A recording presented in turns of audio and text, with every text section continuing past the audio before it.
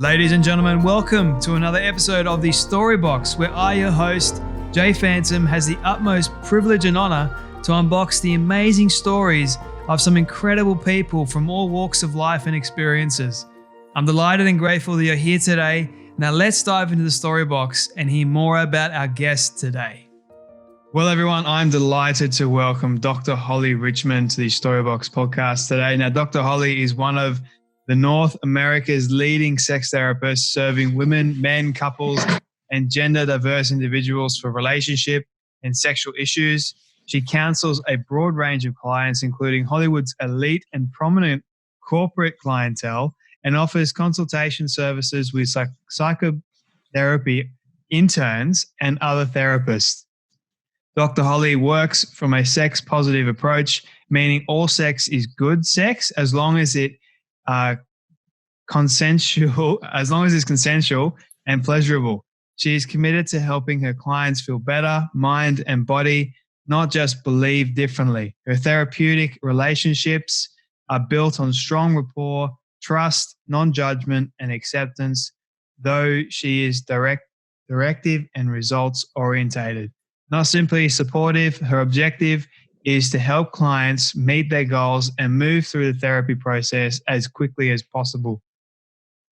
And the amazing thing is, Dr. Holly, you've been featured in a lot of, I would say, media things. So from New York Times, WebMD, NBC, Wired,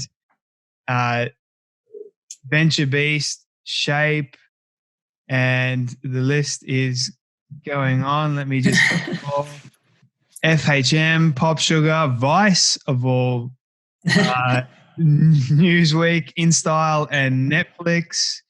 You've also been in Forbes, CNN, Cosmopolitan, Glamour, Men's Health, Women's Health, and my goodness, that is such an incredible resume. Welcome to the Storybox podcast, Dr. Holly. I am so thrilled to be here. Thank you so much, Jay. And again, thank you for getting up early or staying up very late, whichever way you want to look at it. It's absolutely my pleasure, Dr. Holly. Great. I've been looking forward to this conversation for quite some time now. And I know we did have to rearrange our schedules a little bit, but we're here now, which is the main thing. I'm excited once again, but before we get stuck into, I guess, your backstory and why you do what you do, I have one question that I love asking people, and that is, what is your definition of success? That's a fantastic question. It's really day-to-day happiness and almost happiness in the present moment instead of always projecting out in the future. So for me, it's staying present, being able to be happy in that moment. I'm just like, this has been my work lately of not attaching happiness to financial success. Of course, money is important, but I've been looking more at like, what do I want my life to look like? Not how much money do I want to make? Where do you think this idea of success came from for you? Was it a gradual thing over time, or was there sort of a catalyst moment somewhere in your life that sort of made you realize this is success for me? Yeah, that's a good question too. I think like many people have had a lot of money at certain points of my life and not so much money at certain points of my life. So I just celebrated my 50th birthday. Oh, so wow. Yeah. Oh. Thank you. I think now from, this position looking back, I can't say the most happiness was tied to the most money. Certainly, like not even close. So it's really taking it all in, that collective approach. What does happiness mean to me? I have children now. Like it's a bigger picture than instead of being focused on one thing. That's a good answer. Now I want to get into, I guess, your history. Did you always want to be a sexologist? And obviously the big question is, what does a sexologist do? Yeah. So the answer is no. I didn't. This is my third career. So I'll tell you about the other two, but this is my third career. And I think this is the one that's going to stick for sure because I love it. So for me, a sex therapist, from my perspective, and here in the States, you have to have some kind of qualifying degree. So whether it's a master's or a PhD in psychology. So I got a PhD in somatic psychology, which means body psychology. So I pay as much attention to what my clients are telling me as to body language, symptoms, how those symptoms are presenting somatically or physiologically. And then I layered on the certificate in sex therapy. So I do still just do psychology counseling. So anxiety, depression, OCD, things like that. But most of my work is focused around relationships and healthy sexuality. Wow. And was it hard to get the degree? Or how many years oh, did it gosh. take to actually get a degree in sexology or? Yeah, so all in, so the beginning of my master's until the end of my PhD and the sex therapy certification was 6.5 years. What? Yeah. That is a long time. And you said this is your third career. What were the other two, and what made you go into this? Yeah, so that's a bit of a story. So the first one, you can probably see me flushing. I get embarrassed because I don't love to talk about it. And not many people know this. I started modeling when I was 15 and a half. So I was a professional model in New York and in London from 15 and a half until I went back for my bachelor's to college at 19, but still did it a little bit through college. And then went into magazine publishing. So I was an editor and a writer for 14 years for women's magazines, men's magazines. I was the West Coast fashion editor for 17 magazine. So did all just kind of lifestyle, beauty, fashion, things like that. And then the psychology has been my third career. So were you quite high up with the magazine editing? It was, I worked for myself. So I started my own company when I was 29. I've literally worked for myself since I was 29 years old and freelanced. So I did okay. But then remember the 2008 economic collapse. So what I was making for print journalism, all of a sudden those rates just got cut like crazy. So that was a precipitating factor for me going back. But more so than that, it was just that I was kind of done writing about fashion, beauty, health, fitness, celebrity profiles. Like it sounds great and there were aspects of it that were great. But I literally remember sitting at my desk one morning and I got an article assignment from my editor on lip gloss. And this was probably like the 12th article I had written on lip gloss in my career. And I was just like, if I have to write one more article about lip gloss, I'm going to lose my damn mind. Like it's just going to be over. Wow. So I started making the change. So that's interesting because of all the things you decided to choose, you went into this path of, I guess, as a sex therapist. Mm-hmm. Is very, very interesting to me, at least, because it's a very, very, it's a topic that a lot of people love talking about, but they're very, very closed off to it at the same time, if that makes sense.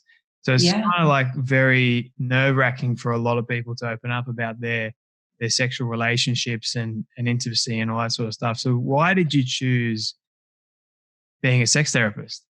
Yeah. And when I started my master's in clinical psych, this was not on my mind at all, really. The direction, the seed was planted. But so Jay, when I got the lip gloss article, I was like, oh my gosh, I cannot do this anymore. I need to do something bigger picture. I started teaching at a girls' correctional facility in Southern California. Right. I had read a book that literally changed my life. It was called True Notebooks by Mark Salzman. And he went into boys' detention facilities in the LA area and taught creative writing. And it changed his life. It changed the boys' life. And it just felt so important for me to do that. So I found a position, taught once or twice a week for a couple of years, and then decided to get my master's in clinical psychology. The sex therapy piece really was born out of that work with the girls in the prison system. As they were writing to me, they were just writing story after story of sexual abuse, sexual assault, gang rape. And they would write it like, I was leaving school, I got jumped by my brother's gang, his friend raped me, and then I went and met my friend at the 7-Eleven. Just like, boom, boom, boom, like very little affect attached to it just because it was kind of normalized in their life. And it was devastating to me. And I realized I didn't have the tools. Like, I was just teaching creative writing. I didn't have the tools to really help.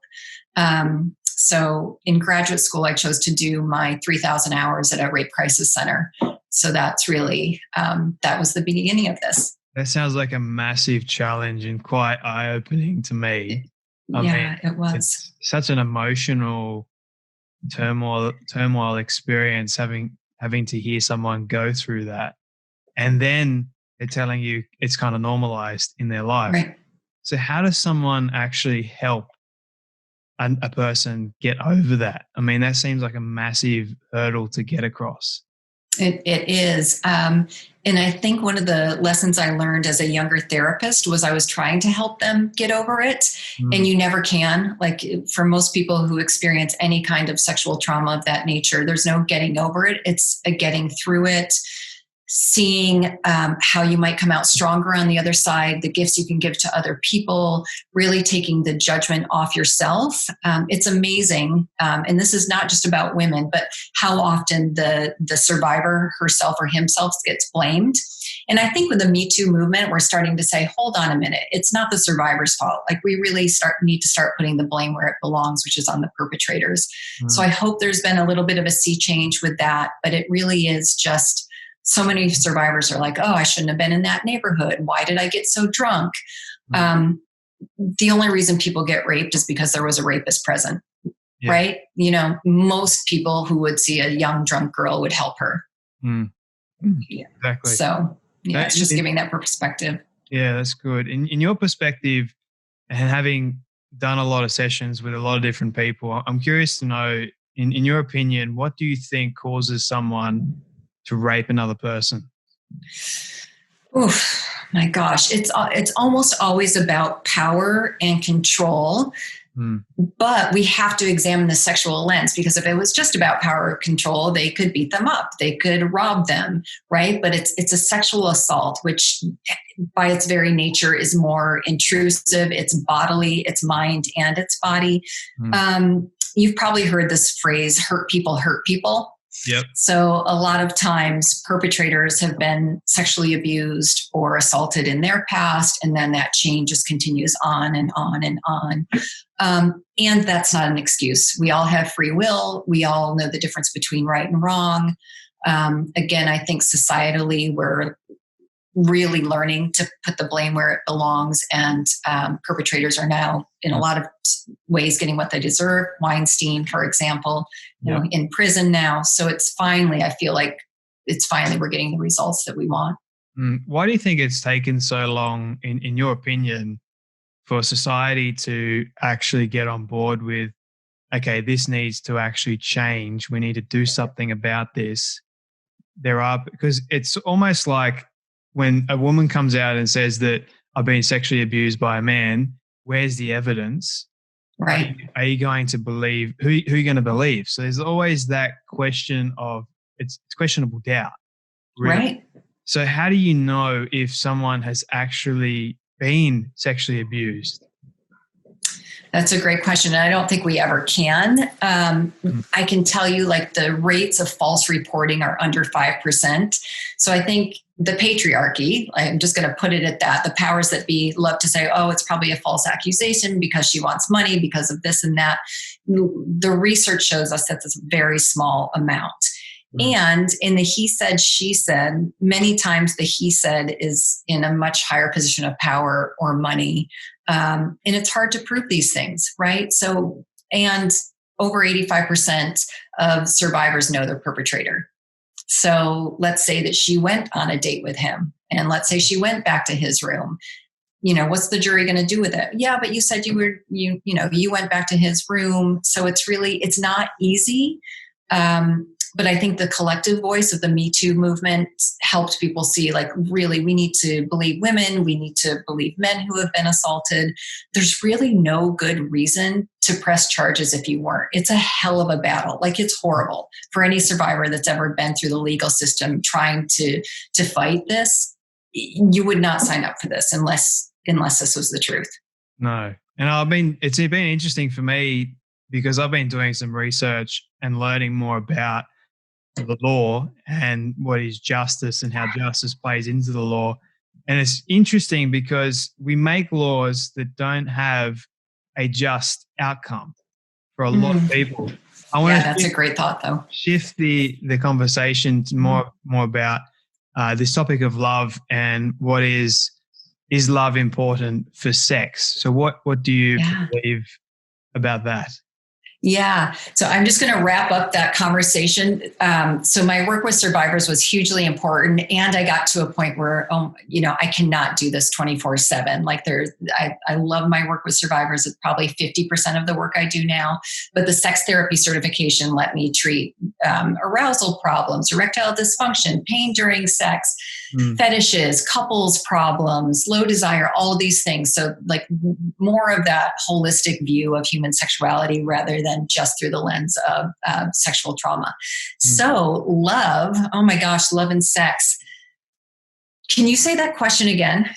Ask me that question one more time. So what is love, and is love important for sex?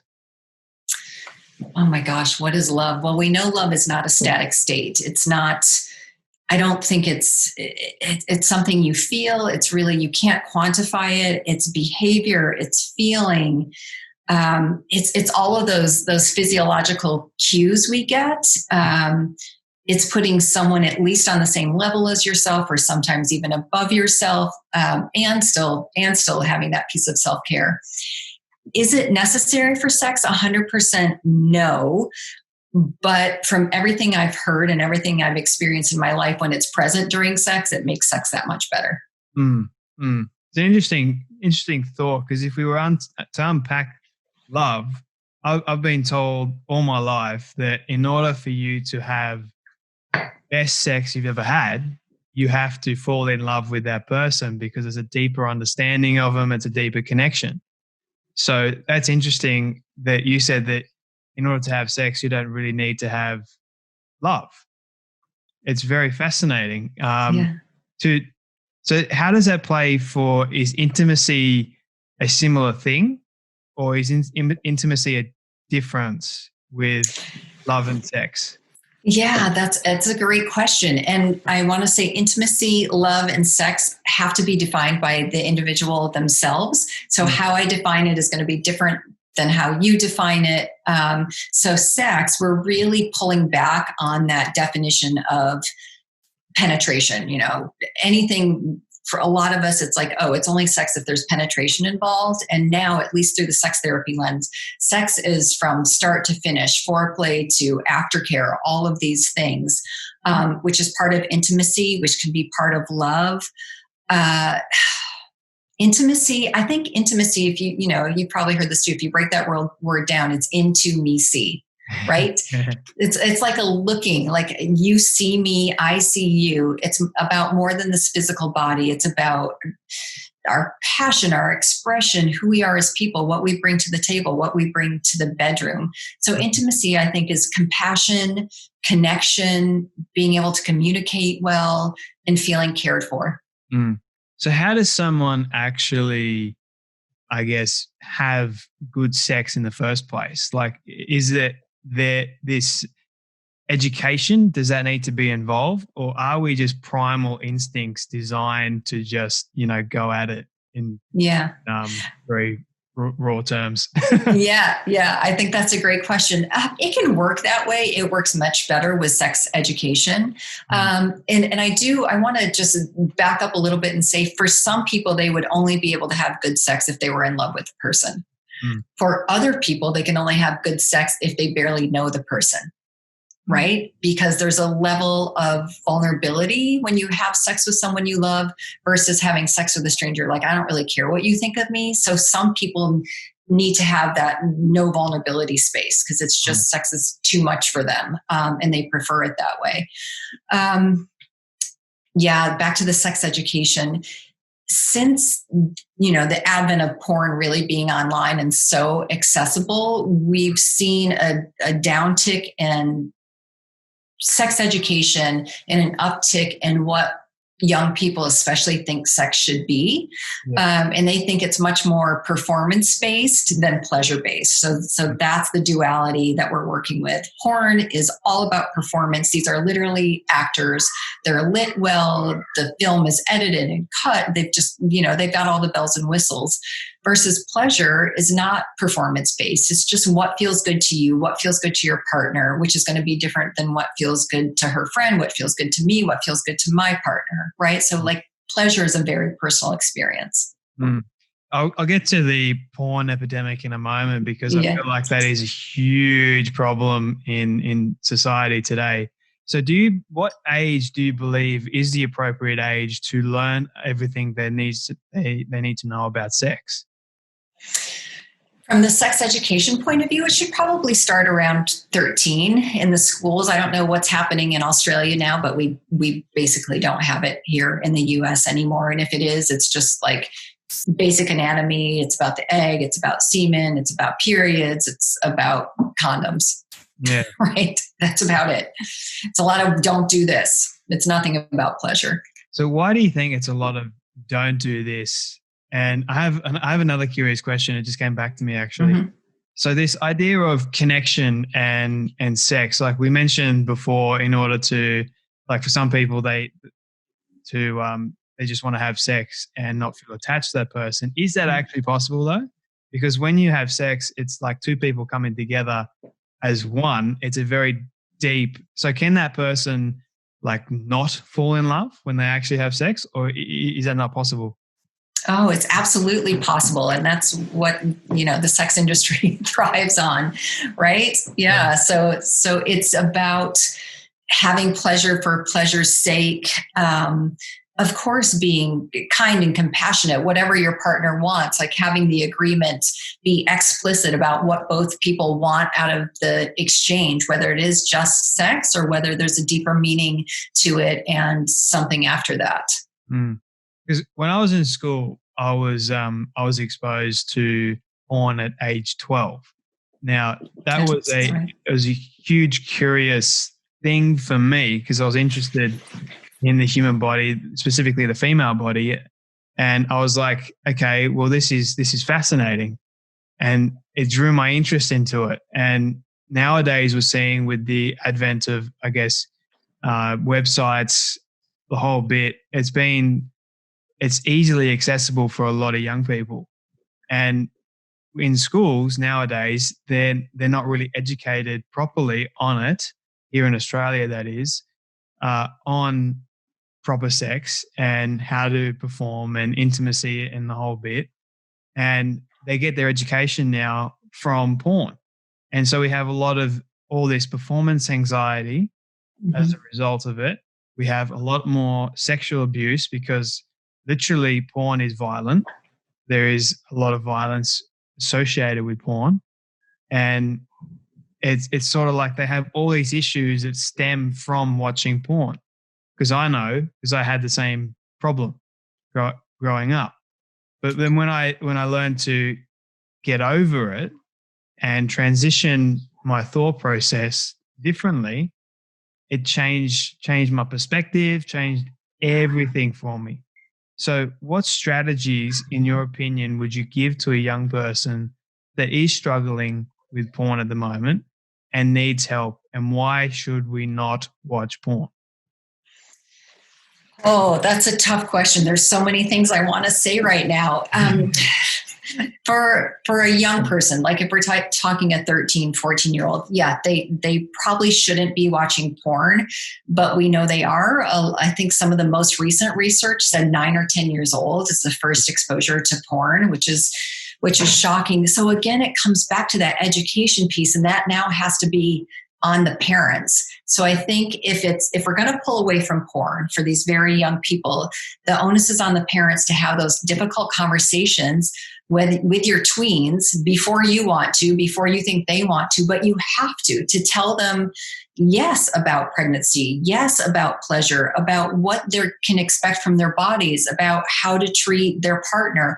All of those things are incredibly important. So not pathologizing any aspect of sexuality, but kind of like pumping up the idea of pleasure and connection. And this can be about love, or it can just be about pleasure, but you and your partner need to be on the same page about that. So how do we deal with performance anxiety for someone? Yeah, I work with that a lot. So again, like with men with erectile issues, we need to know, is that problem organic or is it psychogenic? So the organic would be there's a physiological cause. The psychogenic would be more the performance anxiety or an anxiety related issue. There's a lot of ways to deal with that. So if I'm working with someone who does feel like they have compulsive porn use, we work to titrate that down, help them use their imagination more, maybe even reading erotica. But I love the power of the imagination because it's better than any porn could ever be. And we know masturbation is normal. It's natural. It's actually good for men if you're not having sex. Reduces, masturbation and ejaculation reduces rates of prostate cancer. So I would never want to pathologize masturbation, but the porn use for very young people can certainly be problematic. But it's just, again, what's real sex and what's produced sex, right? With this idea of, I guess, masturbation is good for men, I'm curious to know, because like for arousal and that, oftentimes men do turn to porn if they're not having sex as a way to sort of stimulate and pleasure themselves to actually get to that erectile state, or the finished state at least. So what would you say to that man, and why is it dangerous to actually, or is it dangerous actually to watch porn if you're not having sex to actually pleasure your own self? Yeah, I don't think it's dangerous at all to watch porn if you're not having sex, or if you are having sex. I have so many couples that use porn together just as another interesting tool. Porn is in and of itself isn't dangerous. It's how we use it, right? Like porn just lives on the internet. I don't think there's anything, unless someone is being abused in it or unless underage people are in it. But for the most part, on the larger websites, Pornhub, YouPorn, they're really monitoring and making sure everything is at least with 18 and above people. The problem with porn comes with compulsivity. So if someone is masturbating so much that it's getting in the way of other healthy aspects of their life, are they showing up late for work? Are they not going to work? Can they not maintain a healthy relationship because they only feel comfortable touching themselves now and aren't comfortable with another person? So those are the dangers. And when I work with this, I just encourage the person to use their imagination more. I'll set them up on a whole protocol. It would take probably 8 to 10 weeks, but I've had great results. So it's not about no porn. It's just about finding a level of porn that really helps you live your healthiest life. It's interesting because why is porn not bad in that respect? Because I know for some couples, and I've spoken with some couples, they feel almost like the man or woman is actually cheating with another person when either watching it or pleasuring themselves to another human being that's on a screen. So it's kind of a form of cheating. Do you see it that way? I don't see it that way, but a lot of my clients do, and it's something I work with all the time. So it's really like breaking that down. And if the couple comes to an agreement like no porn, then it should be no porn, and I want to help them move towards that goal. But I definitely have a ton of couples that watch porn together, and it's a huge erotic part of their sex lives. So again, it's just in how you view it personally and how the couple uses it individually or together. So this idea of, why do you think that people turn to other sources of, I guess, arousal, satisfaction, or orgasmic experiences if they can't actually get pleasure with one person? Novelty. It's just about novelty. Novelty is really one of the seats of human desire. We crave what we don't know. We crave newness and freshness. After 30 or 40 years with the same person, that can be hard to cultivate unless, again, you're really using your imagination and working hard on making the relationship new. So it's just continuing to grow with each other. But I think in a lot of ways, porn, I don't want to say solves that problem, but it seems like a fairly easy fix to the problem. But some people use video games. Some people watch Netflix all day long. We don't hear anybody talking about Netflix addiction. But to me, it's like any kind of external distraction that's a threat to the relationship needs to be discussed. It's just porn is easy to pathologize. And I 100% understand some of the reasons that you're concerned about. But it can also be used for pleasure. It's a very interesting thought, because I've had some very fascinating conversations with other sexologists as well. And we've sort of dived into this thought of why, I guess, porn is an epidemic today and why a lot of people actually go to it. And one of the main things is because it is attractive to a lot of people. And if they can access it for free, it's sort of like, why not? Like, where's the harm?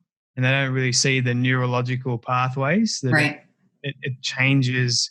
I know for me, and what it did for me was it made me feel like less of a man. It made me think that sex was a certain way when it really wasn't. And it made me, I guess, just the performance aspect. I was sort of wanting it to be something that I had seen, but then it just impacted the creativity aspect, which was hard for me to sort of get rid of that barrier and actually use my creativity. Which, when I did, it was much better for my own personal life, and I felt better as a result because I wasn't going to some other external source. And yeah, so anyway, have you had? I love your story.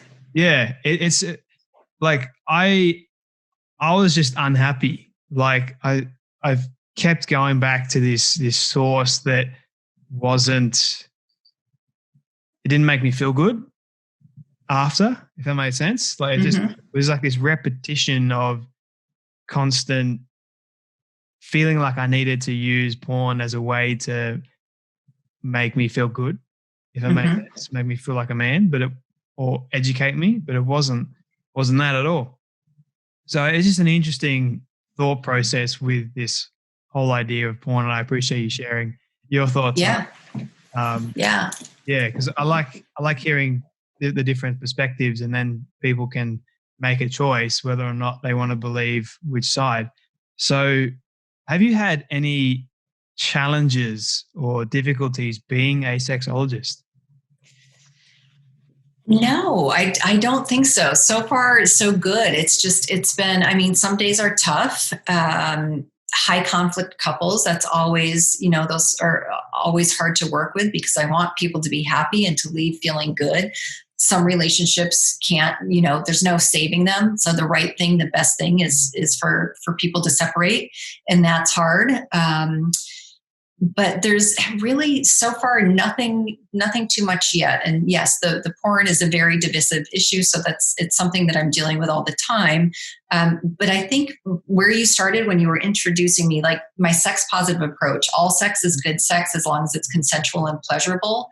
For some people, that's inclusive of porn. For some people, it's not.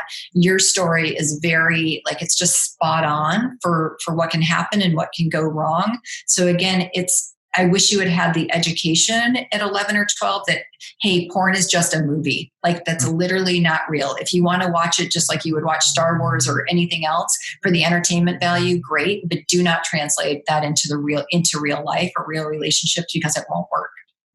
Where did you come up with that saying? All sex is good sex if it's consensual and pleasurable. I heard it at a conference, and I wish I know exactly who I heard it from. But part of my sex therapy training is continuing education credits all the time. So I go to an annual conference with someone very smart there. But it just helps, because people come to me with pretty strong fetishes that they're feeling horrible about. And if I could just break that down under the umbrella of, is it consensual and is it pleasurable? Then in some ways it can let them off the hook. If they're just feeling bad about it, like they're hurting someone or something, then I can check those two boxes and help them feel better. And then again, like porn, pull it out when you want to pull it out, but it's not a must. It's a choice. Everything about sexuality should be a choice. That's very, very interesting. I like that. So I do want to be mindful of your time. So I do have a few questions for you. Yeah. In terms of creating a healthy relationship, what are the musts that you need to create a healthy relationship with someone? So wonderful question. Appreciation, I think, should be at the top. Far too often we take our partners for granted. I love daily appreciation. So knowing, does your partner love to hear you look fantastic today? Or does your partner need to hear, thank you so much for cooking breakfast this morning? Does your partner need a little gift surprise in their pocket? What does your partner respond to? So really learning how they communicate and appreciating them for it. The other thing, of course, is talking. One of the biggest pieces that's still missing with healthy sexuality is good communication about it. So I know for a fact couples have better sex when they can communicate openly about it. So I would say the appreciation and communication are probably two of that are top on my list. They're good. I like those. Now, in terms of, I guess if you could go back and when this all started for you and tell yourself one thing, what would you tell yourself and why? Oh my gosh. To trust the process, because I feel like I came into this without my North Star at all. It was just like, okay, the girls in prison led to a master's in clinical psych, led to the sex therapy certification. I had no idea back then that I would be doing what I'm doing now, and the amazing people that I'm getting to meet, and the companies I've been able to work with, and how women's pleasure in particular has just really come to the forefront of my career and a message that I want to get out there. The way survivors' lives are changing because of the Me Too movement. No one could have seen all of that. And I feel so blessed to be a part of it. So I think when I get anxious and I project out into the future and imagine all the possible things that could go wrong, it's just to dial myself back and say, trust the process. That's good. Two more questions for you, if you don't mind. Yeah. What are some things that you are passionate about outside of being a therapist? Full disclosure, I have 2 young boys. So a lot of my non-work time is family time, but I love being active. I've been an athlete my whole life. So still love doing outdoorsy things, love time with my family. We live just outside of New York City now. There's always something to do. So really just taking in different cultures and different people, traveling when we can. I told you, everybody in my household is an Australian, so we love getting to Australia when we can. So yeah, it's just for me, I crave novelty a lot. So I love being able to do different things. That's cool. My last question for you is, you've reached the ripe old age of 100. Your friends have all created a mixtape for you of everything you've ever said and everything you've ever done. And they show it to you on your 100th birthday. What do you want that mixtape to show and say? Oh, that it's not too late, that you're not too old. Yeah, I that's definitely been a concern of mine because it's my 3rd career, and I didn't even start the psychology part of my journey until my late 30s. I always have that sense like I came to this too late. I'm too old, to do this. We live in such a world of commodification of youth and beauty and all of those things. So just leaning into the wisdom and the experience that I have. That's amazing. I feel like that is a great way to sort of end that conversation. I feel like I could talk to you for ages. I have so many more questions. We'll have to do this again sometime. But thank you so much, Dr. Holly, for coming on the Storybox podcast, sharing your journey with us as well, and also your advice. Really do appreciate it. Oh, thank you so much for having me. And yes, anytime, I'm happy to rejoin. I don't like this part because it means that sadly, we have come to an end of yet another incredible story. I just want to say thank you to all of you for tuning in and listening to our guest today. It is my prayer that you would have felt inspired, motivated, challenged in some way, and that you would have learned something new as well. If you'd like to hear more amazing stories like this one, you can do so now by searching up the Storybox on any podcast platform. It's that easy. If you did get something from our guest today, please share it around to a friend or family member that you think could benefit from hearing this powerful story. And before you go, please leave a rating and review on Apple Podcasts. It will only take 30 seconds and it'll go towards reaching more people. Let's start changing lives through powerful stories like this one. Your support is greatly appreciated. Until next time, when we dive back into the story box, I'm Jay Phantom, and don't forget, your story is worth more than you know. I'll catch you next time.